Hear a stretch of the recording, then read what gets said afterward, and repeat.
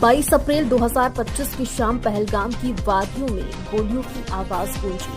28 लाशें गिरी, देश थमा, सरकारें दबी, आवाज में निंदा कर आगे बढ़ गई।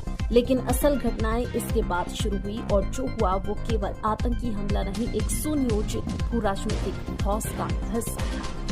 हमले के बाद भारत सरकार ने पाकिस्तान को चेतावनी दी और चेतावनी देने के लिए एलओसी पर फायरिंग शुरू कर दी, या यूं कहे कि जवाब देना शुरू किया, क्योंकि सीज फायर का पहला उल्लंघन पाकिस्तान ने किया। फिर एक के बाद एक 9 बार सीमा पर गोलीबारी हुई। क्या ये जवाब था या सीमा पर होने वाली चुनावी सर्जरी की तैयारी? 30 अप्रैल को अमेरिकी विदेश मंत्री मार्को रूबियो ने बयान दिया, दोनों देश संयम बरते।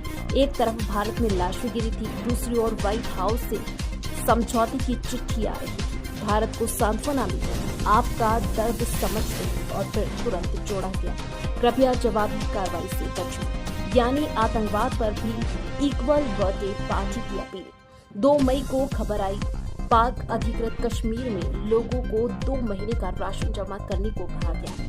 3 मई तक मुजफ्फराबाद में भारत के खिलाफ नारे लगे और पाकिस्तानी सेना से एकजुटता दिखाई गई। क्या ये सिर्फ भावनात्मक प्रतिक्रिया थी या पाकिस्तान युद्ध के लिए जनसंघर्ष की तैयारी कर रहा था? गृह मंत्री अमित शाह ने ऐलान किया, हमलावरों को खोजकर सजा देंगे। सवाल यह है कब? 2008 मुंबई के हमलावरों को आज तक सजा नहीं दी गई। राहुल गांधी कानपुर में शोक संतप्त परिवार से मिले और संसद का विशेष सत्र मांगा, लेकिन संसद भी वही थी जहां 370 के बाद से पड़ी है। न विचार न बहस, सिर्फ सत्ता की हामी।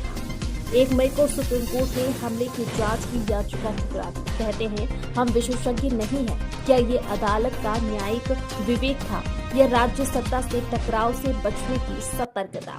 स्विट्जरलैंड और मिस्र ने भी निंदा की, मगर उसी सांस में संयम की सलाह दी गई। कहने को अमेरिका ने भारत के आत्मरक्षा के अधिकार की बात की, मगर साथ में ये भी दोनों पक्ष शांत रहे। जब हमले की जिम्मेदारी लेने वाला TRF अपने बयान से पीछे हट गया तो सवाल उठा, क्या वो सिर्फ एक मोहरा था?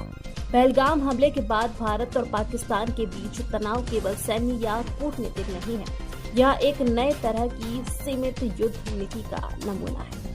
भारत आक्रोश में है, लेकिन संयम के जाल में फंसा है। पाकिस्तान अपनी तैयारियों में व्यस्त है, राशन, बयान और नारे सब कुछ सधी हुई रणनीति का हिस्सा लगते हैं, और अंतर्राष्ट्रीय समुदाय वो वही पुराना गान गा रहा है, दोनों पक्ष संयम बरते। इस पूरे घटनाक्रम में सबसे बड़ा सवाल ये नहीं है कि पाकिस्तान क्या करेगा, बल्कि ये है कि भारत अब क्या करने की हिम्मत रखता है।